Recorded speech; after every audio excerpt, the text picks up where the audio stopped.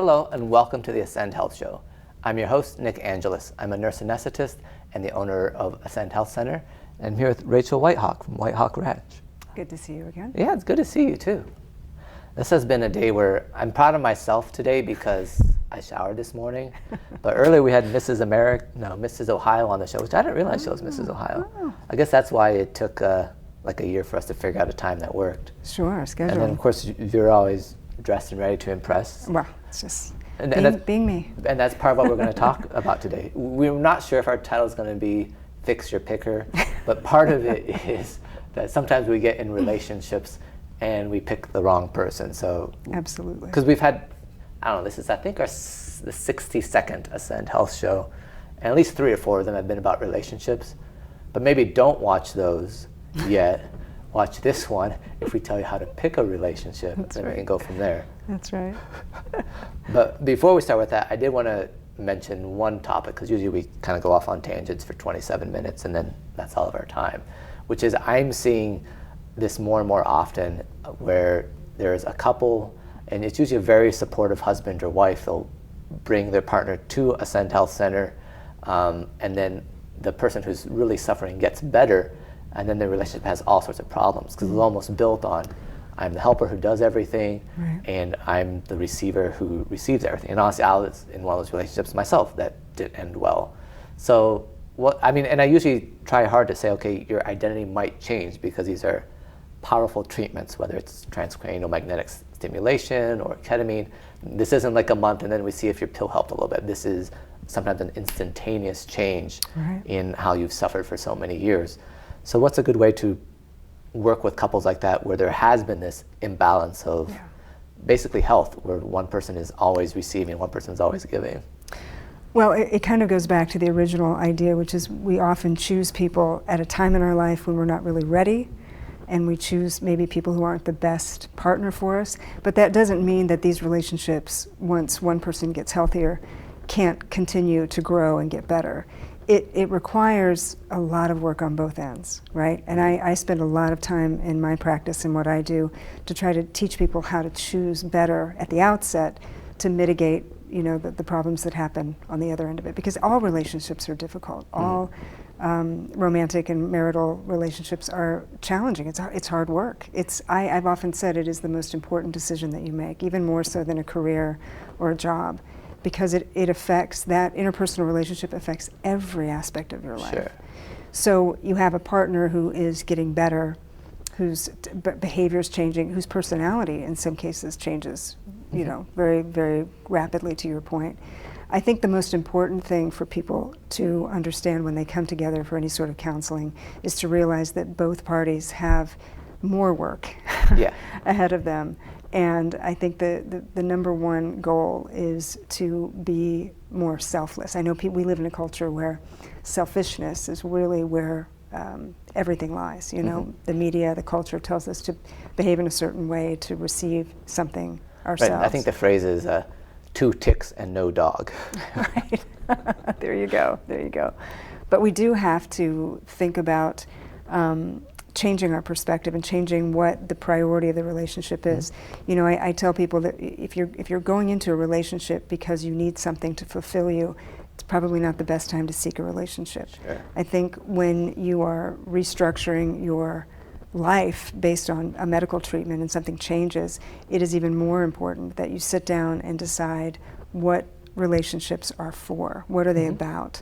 It requires both parties to make an enormous commitment to changing your perception of not only your relationship, but what that relationship is supposed to be. What is a marriage? Let's use a marriage as an example. Right. What is marriage really about? What is the goal, and what is the role of marriage in society? That has also changed tremendously. Right. And not to be an old-fashioned person, but I think there are traditional marital responsibilities and roles and part of our culture that worked far better than some of the things that we're seeing now, some of the trends we're seeing in relationships. Right. Well, it's kind of like we often say, actually, I don't often say, I should say every show, but I usually forget, as a disclaimer, blah, blah, blah, this isn't personal advice, go talk to your doctor. Sure. It's sort of like that. So, for example, in my current relationship, I thought I was an okay handyman. my wife is much, much better. I don't even touch her tools. Actually, I don't even touch her laundry anymore because I messed that up too. So we can have some traditional roles while knowing our personalities, our gifts, our strengths, our weaknesses, and then negotiating between ourselves that, yeah, you can be the man of the house, so to speak. You don't have to touch the tools to do so. Right. And I think broader than just those kinds of roles, I'm talking about maybe something even more broadly descriptive, and that would be that, marriage is an opportunity for two people to come together, not to see if it works out and we'll get divorced if it doesn't, but we stay together focused on a shared goal, a shared lifestyle, a shared perspective on things, so that when things do become turbulent, if you've chosen the right person, and no one's perfect, aside from you, no one's perfect. You're alone out there. But that's nobody scripted in the show, since I invite every guest around the 7-minute mark. That needs to be said, just so everyone knows. Did my part. But no one's perfect. But there are people we are better suited to than others. And I find that a lot of people in their 20s and 30s choose people with whom they should not be, period. And I prefer that people come for counseling before they get married, because sometimes you can rule out some of this and maybe even get some of this counseling before you even get into a relationship. I tell people, until you are comfortable with you and you know who you are, not that you have everything figured out in life, but that you really know who you are, you know what your values are, you know what your goals are, at least your 3 to 5 year goals. Sure. You have things really organized in your life. You're really okay. You're humming along and you can handle your life on your own. When you get to that point, that's the time in which you begin to look for someone else. I find, and I'm sure you do too, people are getting together with other people in a variety of periods of time in their life when that's the last thing that they need. And they're choosing people with whom they shouldn't be with. I talk about, in the work that we do, I talk about the anatomy of a bad relationship. And I think it's very simple. In the beginning, we're too accepting. We accept all kinds of things. Well, I know he's an axe murderer, but he's so nice. I mean, he's such a great guy. Then we become, in the middle of the relationship, we become too critical. That axe murdering stuff that we let go in the beginning is now something that we absolutely can't focus on anything else but, and we constantly criticize and we're negative about it. Yeah, there's blood on the carpet, there's all these phone calls. Exactly. And then at the end, we become completely inflexible. So we're too accepting, we're too critical, and then we're too inflexible. When that really is in the wrong order. There should be no criticism. But I always tell people, in the beginning, you need restraint.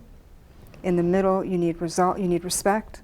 And then at the end of that relationship, or as the relationship matures, you need the resolve to keep it together and to work together no matter what. But if you choose the right person and you're in the right state of mind, you have a far better chance of success. That makes sense, because you could even make it almost a logical decision. Like, yeah, they sure are pretty, but they're going to be such a challenge that is it really worth it? Is it worth it? Right, weighing the options, right?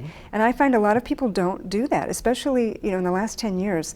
A lot of people, and I think we're designed this way, unfortunately. It's not the better part of our human being, our human conscience. We tend to make decisions based, you and I have talked about this, based on how we feel. So we make decisions based in the moment, based on how we feel, and that is not the best way to make a decision when it comes to commitment to a relationship. And it's not even the best results. So let's say, for example, a medicine is working well or a treatment at ascend. A lot of times if the patient says, oh, I'm feeling better, I'm a little happier, we actually don't see the long-lasting results as we do if they say, I'm a bit more resilient. I had a bad day yesterday and I thought, well, maybe tomorrow will be better. So that resilience, that ability to keep going, whether or not you're happy or not, long-term, is a much better predictor of the success of the treatment. Absolutely, and that's why I'm so passionate about what we do at the ranch, because we really do help you set up your life, your mindset, your perspective, your worth. And I think a lot of women go out into relationships seeking worth and seeking their value. That is a dead end. I don't care how great the guy is. That's not his job. So I encourage people, whether it's my program or another, to sit down and really figure out who you are, what you value. Learn to love yourself in a way that allows you to see people differently, because you will inevitably choose a different person when your mindset and your perspective are healthier. And that's vital to survival. And we're seeing incredible mistakes and incredible heartache. You know, then we have children. We go into relationships that are dysfunctional. We try to fix them. And then we have children thinking that that will fix it. And then we have several generations of kids who are just really suffering. Right. Because and it's those are generations too that are increasingly impoverished because of the high cost of, you know, single motherhood or divorce or whatever it is. So. Absolutely. Well said. Yeah. Yeah. Well, it's interesting too what you said about turbulence. The thought that came to me, because that's how my brain works, is if you're on a plane and it's turbulent and you look at your partner like, what's wrong with you? And a lot of times life turbulence has nothing to do with your partner. They're That's just true. the one closest to you. So That's they get the brunt of it. Like That's right. often at Ascend, I tell the employees, like, make sure that your best self is for your loved ones, not for this place. That's Even right. though we take care of people and we do put a lot into our jobs, it's still much more important that the people you treat the best in life are the ones that matter the most, the ones that Absolutely. you are at home with, not your coworkers. Absolutely. And sometimes we don't do that. We save the best for the professional world. Yeah. You know, and I think it's not, it's important to consider that we don't really teach people how to have relationships. We don't really teach people how to be in relationships, you know. We think that everything is emotionally based, and if you have good energy and you're romantically attracted to someone, it's just all going to work out. Nothing could be further from the truth. There are certain roles, and not you know, physical roles necessarily, but there are certain expectations, and there's a way to have a healthy relationship. There's a way to date. The dating process has changed dramatically in the last 10 years. I mean, you know, I think two mistakes are made in the very beginning. We ignore those red flags. We're too accepting. Mm-hmm. We get the red flags. The bells go off, but we just, you know, aren't listening to the bells. Right. The second problem we have is that we are too ready to rush the relationship into an area that it isn't ready to go into. We overly, you know, with texting, and I have a client who is just probably, if texting was an Olympic sport, she's gold. I cannot tell you how much proliferation goes on here with the texting. Mm-hmm. It's unbelievable. But you know, she meets an individual, they begin to connect, and then it's texting 24 hours a day. Literally. I mean, it is just, maybe not 24, maybe 22 hours out of the day. It creates an artificial situation in a relationship. You can't sustain that kind of attention to each other. And if it doesn't continue, automatically, you know, the doubt comes in, red flags come in, and you start to pay attention to things that you shouldn't be, and it gets very twisted. Right. So even the way we begin a relationship mm-hmm. needs to be taught, and we need to educate people on how to pace that relationship, because it takes time to get to know someone, it takes time to comfortably develop a relationship, and we seem to just be rushing through that with our culture. Well, they say that's how you develop friendships too. That's why Absolutely. A lot of times as adults people struggle, because you need to spend a lot of time with somebody and you don't have to be there. Mm-hmm. So that's why it's a little bit harder to make work friends, because you don't want to be there, you're just there because you're going to get paid. Mm-hmm. But school is actually really good for that, because it's a lot of time with people. Yes. And it's not through text, because again, the English language isn't one that's great at context. Right. Being Greek, I often mention that the Greek language is. So I, for one, am very good at misinterpreting text and at sending sure. texts that are very easy to misinterpret. Absolutely, and we all do. And we're not designed to communicate that way. That's not ideal, especially when you're beginning a relationship. You know, I deal with people at all ages and all stages of life. I have people who are older and who've been either widowed or divorced and have not, you know, been with the technological stuff, dating apps and that kind of thing. But there's a whole process, I think, that has to be brought to mind if you want to do it appropriately. I mean, being emotionally ready and physically ready and all of those things are great, but you've got to be able to know how to navigate a new relationship, or it just gets uncomfortable. Well, what happens though when you do have that urge to fix someone? So, like, one stereotype is the nurse marries a gruff policeman. She's like, oh, I'll soften him. He's like, oh, this is a real nice person to marry. Right. And sometimes it works out great, and other times it's like, well, these people are really, really different. Because we also don't want to say, hey, make sure to marry somebody without any problems, because otherwise it's going to be challenging. Right. So it'll be challenging regardless. Absolutely. Which I do try to tell those patients in that example I gave you, like, hey, you're about to start a new and exciting challenge. But we all pay money to go whitewater rafting or traveling around the world. Like, the human nature is to find challenges. So some of this is reframing it, that Absolutely. Now you and your partner will learn to love each other even more because you're going to go through some turbulent times because someone's getting better. Right. Like, yes, long term it'll be very impactful for the relationship, but actually short term it'll be harder because some of these comfortable manners and comfortable ways of interacting with each other will no longer serve you. Well, and we live in such a disposable society and such a disposable environment. If it doesn't work out, we're just going to split. So there has to be, barring abuse and these other things, there has to be an understanding with couples that part of this, all of this, is what your perception of it is, and you can change it. There's a lot of research on arranged marriages, and the statistics play out that arranged marriages are happier marriages. Why is that? It's very simple. The paradigm shift, the priority that this couple has, the boundaries that this couple has created for themselves.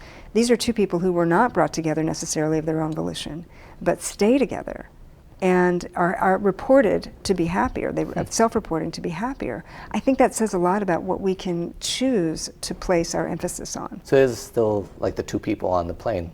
They'll be like, there's a lot of turbulence, we don't even know each other, but if you can get in that mindset of we're on the same team through this, then you can do a lot more than, okay, how do I make sure that I get what I want? That's right. Because even a lot of mental health is built on that concept of how do I get what I want. That's right. And sometimes, I think it was Jim Carrey who said that he wishes everyone could be famous and have everything they want to see how pointless it all is. Exactly. I say that all the time. All the time. All the money, all the beauty, all the fame in the world means absolutely nothing if this doesn't work. And there's a way to train each of us to train this to work far better than it currently does. And it is, relationships, healthy relationships are simply an offshoot of healthy personal mind and health and our mental health. We get healthier mentally and physically and all these things. We're then ready to choose a partner who is not perfect, but who is prepared and ready to go through the journey with us. And we do that as a team. Well, some of it too is you pick someone whose imperfections don't annoy you. That, if you're like, those red flags. She's so organized, this is great. She's not going to like how disorganized you are, so you have to also know, like, are there flaws, something that I can live with or not, and decide that logically. Because of course your emotions like, oh yeah, I'll be fine with this for 30 years, this is great. Yeah, you don't think about it. And I think the other mistake that we make is that we think those kinds of things will get better. He's an axe murderer, but you know what? I bet I can talk him into doing it just like once a month. Yeah, maybe he'll just be a knife murderer instead of an axe murderer. Or maybe he'll just think about it. And we think that we can fix. And I think women maybe do that more than men. I think men kind of hope stuff just goes away sometimes. Maybe if we get married, it'll just go away. But I think women really do set out with the idea that I can help him, I can save him. I see a lot of that in our work at the ranch. I see a lot of women who've chosen men who really aren't prepared or ready to be in a relationship, and they are dragging him kicking and screaming through life when he's not really ready to make those kinds of mature adult choices. And there's this effort to fix him, And again, I think that comes from not being fixed ourselves. We need to realize that our responsibility is not to fix someone, but to serve someone. Marriage is about serving each other. If we spent more time in selfless commitment to someone, our marriages last longer and they're healthier and they're happier. Well, maybe part of it too is realizing that imbalance should change, that there are often times where one partner needs to be served more than the other, or one is weaker. But in a healthy relationship, there's grace given where those can switch sides. That's right. So, and that is something with the example we said, where all of a sudden this person who, was a Spoonie, meaning that they only had so much energy every day, they can do things. And so it does take time to change the dynamic, but it does mean that for the other person in the relationship, they're like, no, you can handle that, honey. You're able to now. That's like, right. I'll give this up and now it's yours. And it is difficult in those cases not to have bitterness or resentment as roles change. Exactly but I think also being honest with yourself. Like in my relationship, we immediately say if something bothers us. Absolutely. So it doesn't, because I'm a person who can, it's part of being a nurse anesthetist, I think. I can withstand really stressful situations for long times without, like you asked me, like, hey, isn't this your 4th show today? Are you tired? I'm like, no, I'm still great, no big deal. But that also predisposes me to, bottling stuff up and not even realizing that something's a problem. Letting things build up, absolutely, Yeah, if you take pride out of being able to handle things, and it's like, oh, let's see how many things I can handle before Right. It's overload, absolutely. You have to be able to communicate. And again, it goes back to being aware, as you say, being self-aware, being able to look at situations and say, okay, this is this is something I need to address or something I need to bring up and we need to just talk about it. I cannot emphasize enough that both people have to be able to do that. I've met many people over the years. One spouse has the skills, the other spouse doesn't. In most cases, both spouses need to work on those skills, but it is not uncommon to find one person doing all the heavy lifting emotionally and kind of carrying everybody through. And that's just heartbreaking because as you know, a happy marriage is freedom. Right. It's the most amazing, wonderful thing in the world. And when it is not that, it is just a nightmare for people. It's a nightmare for children. It's a nightmare, And they're we don't have to go out and throw the baby out with the bathwater. I think that's our first thing to do is just file for divorce and we're done. I mean, look at the divorce rates. Right. And that isn't to say that there aren't times when that's necessary, but by the time we're ready for divorce and by the time we're headed for divorce, all these other components have been thrown by the wayside. And even if we chose someone in the beginning who wasn't ideal, that doesn't mean that both people can't mature, grow, and become ideal. I believe that. My father was a pastor and a counselor, and the transformation that he was able to assist people in achieving is amazing. I hope I've been able to do that in the work I do. I think I have, not to the degree my dad was, because he might have been perfect. Pretty sure. But that's part of it too. So a lot of times having faith or a common purpose other than like how can we both be super happy and super rich, and sort of that capitalist thing that I mentioned earlier. Even a lot of mental health is based on that same idea of how can I maximize everything in my life. Right. And that gets really tiring after a while It too. does, absolutely, yeah. And it isn't based in reality, and it isn't a joyous, balanced way of living. I think when so much of what you do and what I do is to teach people and encourage people to be balanced. Some stress is good, some challenges are good. We have to go through bad times in order to appreciate good times. It's that even tempered emotional response that we have to learn to develop. And you need that in a marriage because your spouse can drive you out of your mind. Right.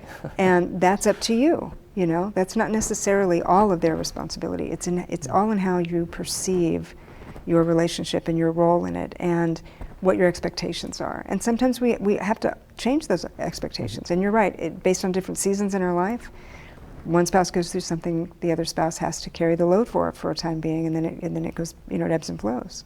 But do you see that people come to you and they both say, "Oh man, I am carrying such a load in this relationship," and really only one is, or is it usually like pretty obvious which one's doing the hard work? It's actually, in my estimation, most of the time it's pretty easy to see who's the most vested. That might be the best way to put it, because I think your behavior changes when you've got one foot out the door and the other spouse really wants to try to work things out.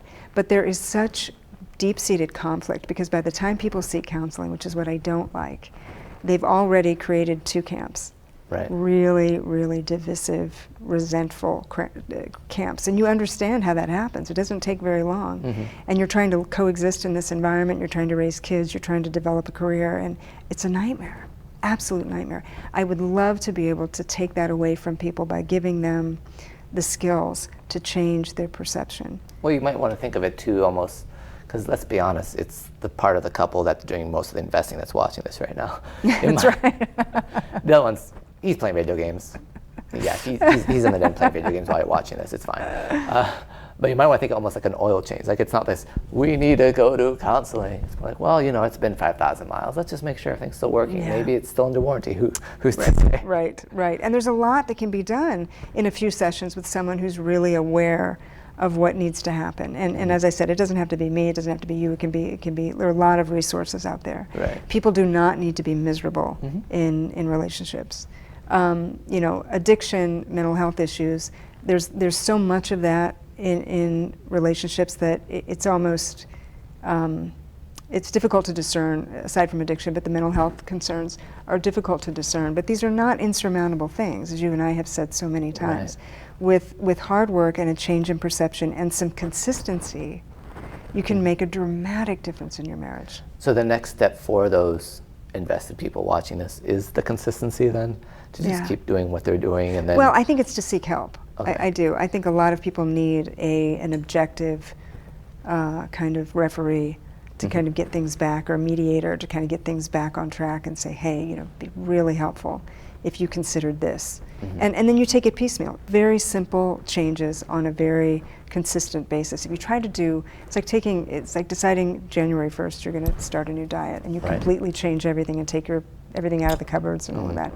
The likelihood of success is pretty nil. Right, because in February, like, oh, I wonder what I did with those frozen pizzas. Yeah, Are they still yeah. around? Not even February, like January 7th. You're like, forget this, I'm done. Because it's overwhelming. So we've added, in an already overwhelming, stressful environment, we've added too much responsibility, too much change. And the objective voice is important too, because in many cases, the first step will be the one person going to therapy rather than being group therapy. And you really don't want to pick a therapist who's just going to be like, yeah, you're doing real great, you're working so hard. Like, it helps to know what to improve rather than just paying to vent. Right. And there's a lot that individuals can do. I know some people will be in counseling. I've had people come to me over the years who the spouse is initially not interested, but we work on the things that need to happen in this spouse's life. And in many cases, the other spouse is like, well, you know what? She's not criticizing me. You're not coming home and telling me it's all my fault anymore. Maybe I should go talk to her. Right. And that's miraculous when that happens, and it's wonderful, and it's possible. You know, if we can make anybody aware of anything today, it's that it's possible. People suffer such incredible anguish by being in those kinds of relationships. They are miserable. Right. They stay for the children. Their physical health begins to deteriorate. It all goes together, and it is that marital relationship or that partnership is the most important decision you make. Right. No, that makes sense, because at Ascend we're often like, okay, you need an emotional connection with someone, or you need one of these high-powered therapies, but you might not need both. So again, at Ascend we're in Fairlawn. We do some telehealth too, psychiatry, counseling, Spravato, ketamine, TMS, a lot of things that can very quickly turn someone's life around, which again leads sometimes to these problems that we're talking about. That's right. And then if someone's interested in Whitehawk Ranch, what's the best way to contact you? Best way to contact us is to call 330-819-2032. And you have the horses, which we've mentioned many times. And we have horses too, absolutely. If you want to be with the horses, you can do that, but you don't have to. Horse interaction is optional. Yes, horse optional. Well, thanks for joining us all today, and thanks for coming on the show again. Thank you, as always. Thank you. You are watching WCTV, Wadsworth Community Television.